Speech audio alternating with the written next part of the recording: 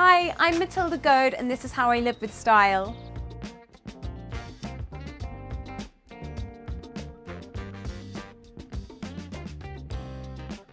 I moved to this home 4 years ago with my husband and I now share it with my two small children who are 3 and 1. We did a couple of months of renovations initially, and then over the past few years, like with every home, we've been altering and adjusting to the ever-growing family.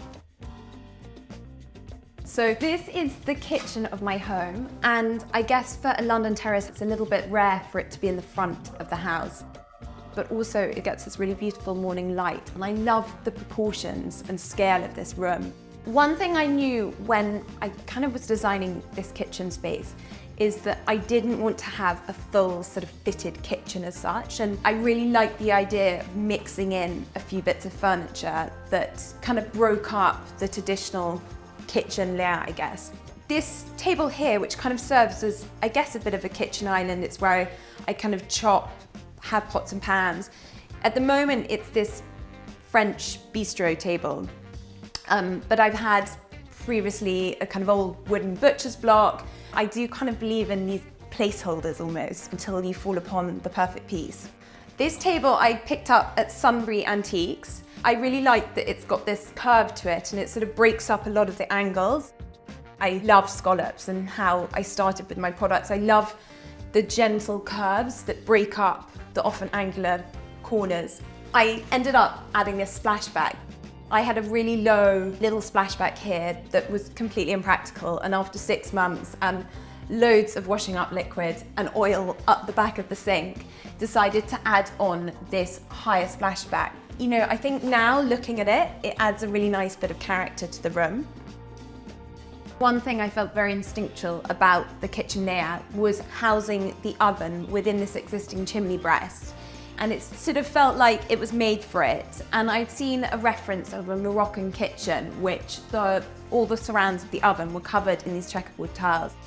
And these are just from a builder's merchant, but I love this kind of deep red that I use quite a lot throughout the home. It's sort of almost like a nail varnish red. And I guess it's a bit of a focal point in the kitchen without it feeling too obvious. Another piece that really cemented the kitchen, I was at an antique market outside London called Ardingly at the beginning of the renovation, and I was kind of going back to the car at the end of the day a little bit empty-handed, and this cabinet was almost at the exit, kind of in puddles, in mud, and there was something about it that I was really drawn to. I love that it's actually not that deep, but it's kind of got this unique design. I love this detail here. Surprisingly, it actually houses a lot of stuff, and I have quite a big glass collection, lots of trinkets and little bits that I pick up at flea markets. I lined it in this wallpaper from How, and it's just a really nice detail that you kind of don't even really see until you get closer. I am always drawn to gold lustware. Whenever I see it in a flea market or junk shop or when I'm traveling, I kind of have to get it. It's just filled with so many different memories and pieces, and quite a few pieces from my brand, Matilda Goad. We're a homeware brand of lots of accessories, and it's often pieces that I feel I can't find.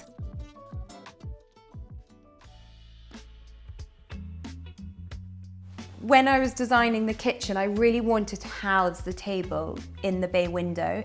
Having this oval table, you know, it's actually really effective with space. I think I've had about 16 people around this table and everyone can cram in, but equally, you know, it doesn't feel lonely if it's just me sitting here having dinner by myself.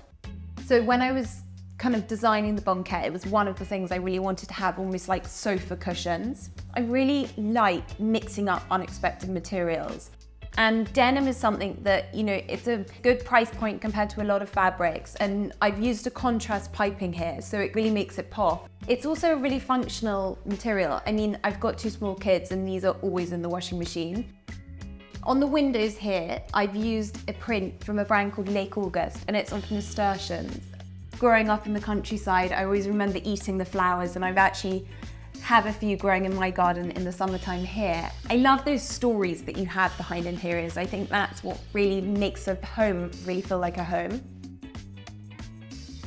I'd seen a really great reference of these swing seats in a restaurant in Japan. So I sourced the hardware and got it shipped over and added a sort of vintage seat. And they're just a really great use of space.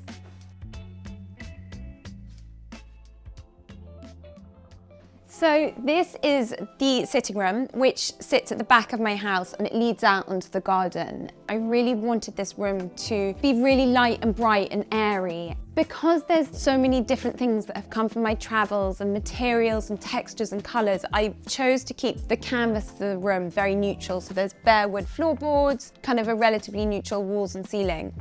I set about trying to find a lovely desk to have at home, and I ended up finding this. It's actually a vintage IKEA that I found on a Swedish auction site. Placed the bid, didn't really think much more. And then it came to the part of shipping and trying to get an acacia wood desk after Brexit into England. So 6 months later, having got a permit, it arrived on my door outside, and I sort of realized I hadn't measured the door width. So there was a lot of back and forth. It sort of almost went through my neighbours and over the wall outside. We sort of looked at all the solutions, and then we actually realised that it's really beautifully made and is keyed together. So the legs came off and we managed to get it in. I like things to be contained, not to get dusty, and I sort of really struggle with photo frames in that sense. So I decided to put up this photo shelf, which means that it can kind of have an ever-evolving range of photos and little notes and drawings by my kids. I sort of think it works really well when you condense things together in this way. So this daybed was actually one of the first pieces of furniture I bought when I moved into the house. I love when the sun is shining and you kind of get the sun hitting here, reading a book. And I love, it's such a unique design in that you can go fully daybed, and it goes both ways, and it's so unique. You know, I love products and objects that have these kind of differences. When we were thinking about designing this room, we added a porthole window over there. I actually was quite against it initially. I thought it could go down the sort of faux nautical route. But my husband was very adamant that he wanted it because you get the eye line through to the kitchen via the outside area.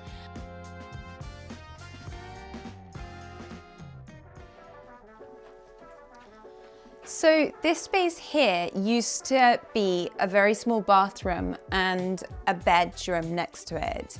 And when we were looking at expanding and building out the loft upstairs, I really thought through whether we really needed this space. And although on paper I feel like any estate agent would say that having an extra bathroom was a great thing, I really felt like it was much more valuable space to create an area where my kids could play. I played around with a few different scenarios and kind of came into this setup of having a built-in banquette with a toy cupboard here with a TV and then lots of storage all around. And because it's on the landing, we needed, with my children, to have a safety gate. So we built this gate that comes out the back of the toy cupboard, and it's really pleasing. And you sort of lock it in like this, and I think it's like really aesthetically pleasing. We chose to do it in this sort of tomato red, and it sort of ties the whole room together. And then this vintage bamboo unit, I actually only found recently, and it literally fits within about an inch of its life from the stairgate. But I really like that the marriage between something quite old here with the new joinery. And I always think within a room, it's like having this mix of eras and styles really add a character to a room.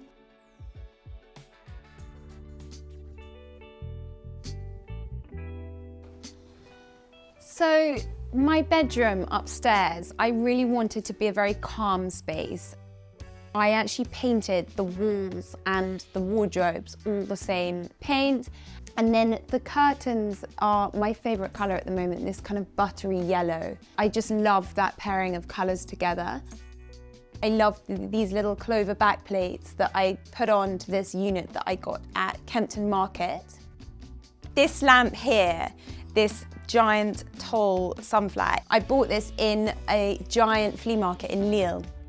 I went with my friend Laura and we went off in her van. She was actually the one who pointed it out and was like, you have to get this, it's so you. I think lighting in general is, so important. I was in Stockholm earlier this year and I had been given a list of some antique shops to go to. And one of them was this amazing shop that was crammed with lots of sort of crockery and kitchenware. And high up on one of the shelves was this painting. I just loved all the colours. We actually had to take it outside the shop to look at the colours because it was so dark there at that time of year anyway. Shipping it was going to be sort of 5 times the cost of this cheap painting. So I checked it in on the plane as oversized luggage and bound it up in loads of blankets, and it's here. My wardrobes, which line one side of my bedroom, I chose to paint in the same finish and colour as all of the walls because I wanted it to be quite harmonious, but I added in these cane panels. I like having that kind of juxtaposition with the more modern pieces and the shiny chromes and brasses. But something that I feel is really important, not only because it's so tactile, but it's like such a small thing that doesn't need to cost much, which can totally transform wardrobes or a space, is hardware. And it's something that we do at my brand and something we're growing. I just feel like you can add so much character by way of a handle or a knob, and it's a really easy way to instantly update a space and to add a bit of a different personality. Through here is my bathroom. There is a sink which I found in an antique shop in Arundel actually. In the early stages of my renovation I saw it, and it's quite unique in that it's got quite a lot of space each side and it's standalone. I couldn't quite work out how to frame the window. I saw a reference of a really beautiful wicker pelmet, and I've been working with a willow maker on a different project for work. So she set about weaving over a metal frame, quite a simple white roller blind underneath, but I added that scallop underneath again because it just creates a bit of interest with your eyeline. And I'm really pleased with how it works. If your bathroom allows it, I think having a few pictures, photos, makes a more cozy atmosphere in a bathroom rather than being quite sterile. And I've got 2 botanical paintings by a wonderful artist called Mariella Baldwin that I was given. I love them being there. When the light hits them, it's so beautiful. It sort of just adds another character to the bathroom.